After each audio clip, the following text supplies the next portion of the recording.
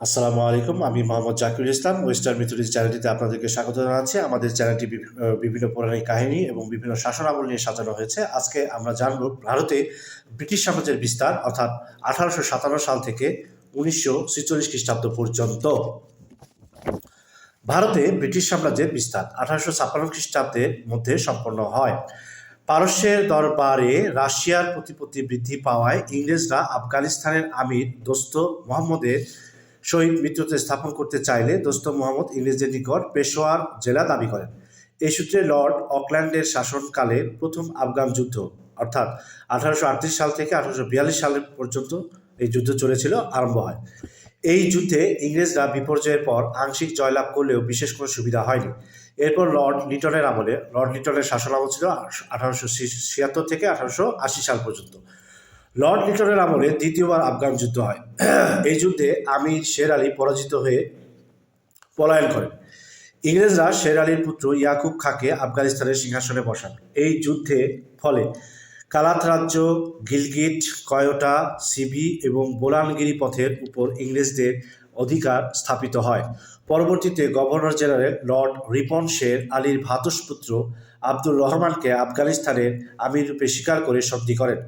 Lord চেমসফোর্ডের আমলে আমির আমানুল্লাহ ইংরেজ আক্রমণ করেন 1919 খ্রিস্টাব্দে।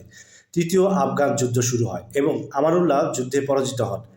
এইরূপ ইঙ্গো আফগান যুদ্ধে আফগানিস্তান অধিকার করা সম্ভব না হলেও বেলুচিস্তান ও বোলানগিরি পথ অধিকারের ফলে উত্তর পশ্চিম সীমান্ত সুরক্ষিত হয়। প্রথম ব্রহ্মযুদ্ধ সংঘটিত হয়েছিল 1824 থেকে 1826 সাল পর্যন্ত। প্রথম ব্রহ্মযুদ্ধে টেনোসেরিম এবং আরকান অঞ্চল এবং দ্বিতীয় ব্রহ্মযুদ্ধের ফলে পেগু অঞ্চল ইংরেজদের অধিকারে আসে। ফলে চট্টগ্রাম থেকে সিঙ্গাপুর পর্যন্ত সমুদ্রোপকূল ব্রিটিশের অধিকারে আসে। 1886 খ্রিস্টাব্দে ব্রহ্মদেশ ব্রিটিশ সাম্রাজ্যভুক্ত হয়। এইভাবে প্রায় 200 বছর ব্রিটিশ শাসনের পর ভারতবাসী তাদের বহু আকাঙ্ক্ষিত স্বাধীনতা লাভ করে। জাতীয় কংগ্রেসের দীর্ঘকালের স্বাধীনতা আন্দোলনের ফলে স্বাধীন ভারত যুক্তরাষ্ট্রের প্রতিষ্ঠা হয়।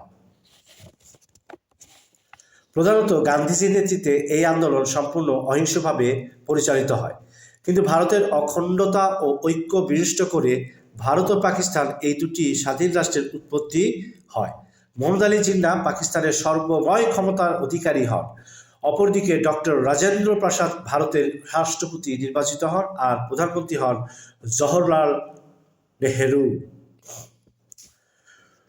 1946 খ্রিস্টাব্দে ভারতে যে সাধারণ নির্বাচন হয় তাতে প্রায় সকল প্রদেশে কংগ্রেস জয়যুক্ত হয় এবং সিন্ধু ও বঙ্গদেশ ব্যতীত সকল প্রদেশ কংগ্রেস মন্ত্রিসভা গঠন করেন।